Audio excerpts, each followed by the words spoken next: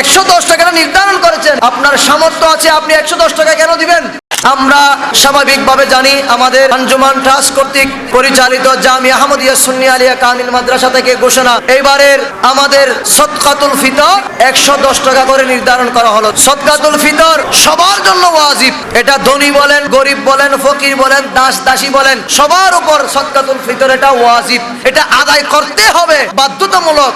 এই সদকাতুল ফিতর যদি আদায় না করেন তাহলে আপনার রোজা, আপনার নামাজ, আপনার ইবাদত, আপনার কোরআন তেলাওয়াত, আপনার জিকির, আপনার তাসবিহ কোনো কিছু আল্লাহর দরবারে কবুল হবে না। আপনি সদকাতুল ফিতর যতক্ষণ আদায় করবেন না ততক্ষণ পর্যন্ত আপনার ইবাদত বন্দেগীগুলো আসমান এবং জমিনের মাঝখানে গিয়ে এগুলো আটকিয়ে যাবে। যখন আপনি সদকাতুল ফিতর আদায় করে দিবেন দেখবেন এগুলো আল্লাহর দরবারে উঠিয়ে নেওয়া হবে। জোরে বলি না সুবহানাল্লাহ। অনেকে বলে সদকাতুল ফিতর 110 টাকা। আমাদের এখানে ধনী মানুষ আছে না নাই? বড় বড় পয়সাওয়ালা আছে না নাই?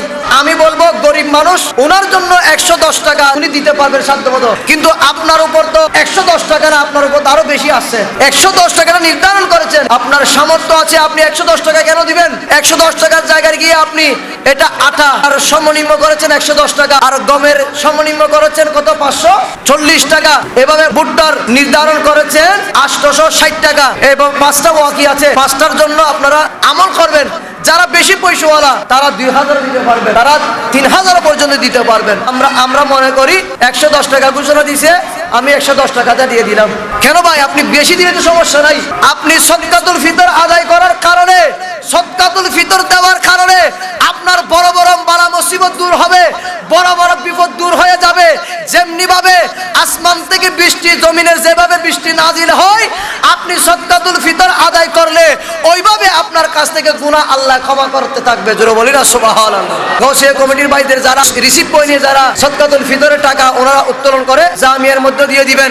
এবং বিশেষ করে আপনাদের এলাকার এতিমখানা, মাদ্রাসার ফাউন্ড যেখানে আছে সেটাতে দিবেন। এতিমখানা ছাড়া কোনো মাদ্রাসায় দিবেন না, কারণ এতিম ফাউন্ড যেখানে নাই সেখানে সদকাতুল ফিতর জায়েজ নাই, তারা গ্রহণ করতেও পারবে না। আমার মাদ্রাসায় কয়েকজন আমাকে ফিতরার কথা বলেছিল, বললাম তো আমি এটা তো এতিমখানা, এটা তো প্রাইভেট মাদ্রাসা, এখানে না। আপনারা বরং আপনাদের এলাকা যদি এতিম ফাউন্ড কোনো এতিমখানা থাকে সেখানে দিবেন, না হয় আমাদের জামিয়াতে দিয়ে দিবেন। আল্লাহ বলছেন তোমরা 21 রমজান থেকে 30 পর্যন্ত লাইলাতুল কদর তালাশ করো। সুবহানাল্লাহ বলেন না? এখন আমরা লাইলাতুল কদর তালাশ করব কেমনে, কোথায়? কেউ বলতেছে 21, কে বলতেছে 23, কে বলতেছে 25, কে বলতেছে 27, কে বলতেছে 29, ঠিক কিনা? তাহলে আমরা জানি কিভাবে এই লাইলাতুল কদর? আমরা স্বাভাবিক জানি 27 তারিখ পড়ি, 26 তারিখ দিবাগত রাত, 27 তারিখ বেজর, ঠিক কিনা? আমরা সচরাচর পৃথিবীর প্রত্যেকটা অঞ্চলে 27 তারিখ পরে, ঠিক কিনা? তাহলে বোঝা যায় এটা 27 তারিখ কেন হলো। আমরা 23 তারিখ না করে, 25 তারিখ না করে আমরা 27 তারিখে কেন গেলাম?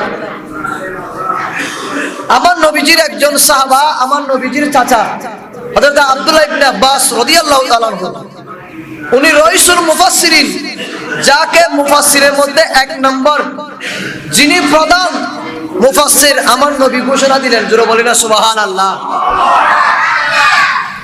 হযরত আব্দুল্লাহ ইবনে আব্বাস রাদিয়াল্লাহু তাআলা আনহু উনি মুফাসসির, ওই আয়াত সূরা কদরের আয়াতটা যখন উনি ট্রান্সলেশন করতেছেন, উনি যখন ব্যাখ্যা দিচ্ছেন, বিশ্লেষণ করতেছেন, তাফসীর করতেছেন, ভেঙে ভেঙে যখন তাফসীর করতেছেন, উনি দেখতে পাচ্ছেন লাইলাতুল কদর। সুবহানাল্লাহ বলেন না? এখানে লাইলাতুল কদর শব্দটা 3 বার উচ্চারণ হয়েছে। কয়বার? একটু জানার জন্য বলতেছি, কয়বার? 3 বার উচ্চারণ হয়েছে। একটাতে শব্দ আছে কয়টা? 3টা করে। কয়টা? একটাতে শব্দ আছে 3টা করে, 3টাকে 3 বার উচ্চারণ হয়েছে, 3 বার পাঠ করা হয়েছে। তাহলে 3 বারে যদি 3টা শব্দ হয় কয়টা হয়? কথা বলেন না? 9টা শব্দ। তো বড় করে কথা বলে, কয়টা? 9টা। এই 9টা শব্দকে 3 বার উচ্চারণ করা হয়েছে এবং 9টা শব্দকে আব্দুল্লাহ ইবনে আব্বাস রাদিয়াল্লাহু এটাকে 3 দিয়ে ভাগ করলেন। সুবহানাল্লাহ বলেন না? কত হয়েছে? হ্যাঁ, 9টা তিনবার করলে কত হয়? 3 নং কত? 27। দেখেন আমার নবীর সাহাবা, নবীজির চাচা, এনাদেরকে রইসুল মুফাসসিরিন 1 নম্বর যিনি ঘোষণা দিয়েছেন, ইনি যখন এটা ব্যাখ্যা করতে দেখতেছেন, এটা এই শব্দটা 3টা শব্দের মাধ্যমে 9টা শব্দকে 3 ভাগে ভাগ করে দেখতেছেন, 27 তারিখ গিয়ে পড়েছে। জোরে বলেন না সুবহানাল্লাহ। এই 27 তারিখে যখন গিয়ে পড়েছে, উনি বলতেছেন 27 তারিখ এটা হবে লাইলাতুল কদরের রাত। জোরে বলি না সুবহানাল্লাহ। তাহলে আমরা এই 27 তারিখ রাতকে কেন্দ্র করে আমরা মসজিদ সাজসজ্জা করি, আলোকিত করি, হালুয়া রুটি আমরা এভাবে আমরা রান্না করে খাই, ঠিক কিনা? এগুলো আমার নবীর সুন্নাত। সুবহানাল্লাহ বলেন না? তাহলে আমরা বোঝা যায় আমরা কি লাইলাতুল কদরে আমরা যখন ইবাদত করব, রিয়াজত করব, এই লাইলাতুল কদর সারা রাত ইবাদত করে আমরা সমস্ত মুরব্বিদের গুনাহ মাফ চাইবো। যারা অন্ধকার কবরে গিয়েছেন, আল্লাহ তাদের গুনাহ মাফ করে তাদের কবরকে যেন জান্নাতের আলা মাকাম দান করে। জোরে বলি না সুবহানাল্লাহ। আমরা এই লাইলাতুল কদরে বেশি বেশি নামাজ পড়ব, ইবাদত করব, রিয়াজত করব, কোরআন তেলাওয়াত করব, জিকির করব, তাসবিহ করব। এই সমস্ত ইবাদত করে করে আমরা যেন এই লাইলাতুল কদরকে কাটিয়ে দিতে পারি, সেই তৌফিক দান করুক। বড় করে বলুন আমিন। আর একটু মুহাব্বতের আওয়াজে বলি না আমিন। এই লাইলাতুল কদরত হয়তো আমরা আগামী বছর নাও পেতে পারি। মালাকুল মউত চলে আসবে, মালাকুল মউত চলে এসে জানটা নিয়ে যাবে, জান বের করে নিয়ে যাবে, আমাদের রুহটা যখন নিয়ে যাবে দুনিয়ার নিঃশ্বাস বন্ধ হয়ে যাবে। আমরা লাইলাতুল কদর আর নাও পেতে পারি। হয়তো আমার জন্য শেষ লাইলাতুল কদর, আমার জন্য শেষ রমজান, আমার জন্য শেষ নামাজ, আমার জন্য শেষ সেহরি, আমার জন্য শেষ ইফতার, আমার জন্য শেষ তারাবি। জোরে বলি না সুবহানাল্লাহ। মালাকুল মউত যখন হাজির হবে, কেউ আটকায় রাখতে পারবে না। সবাইকে একদিন না একদিন ওই আল্লাহর দরবারে সারা দিতে হবে। জোরে বলি না সুবহানাল্লাহ।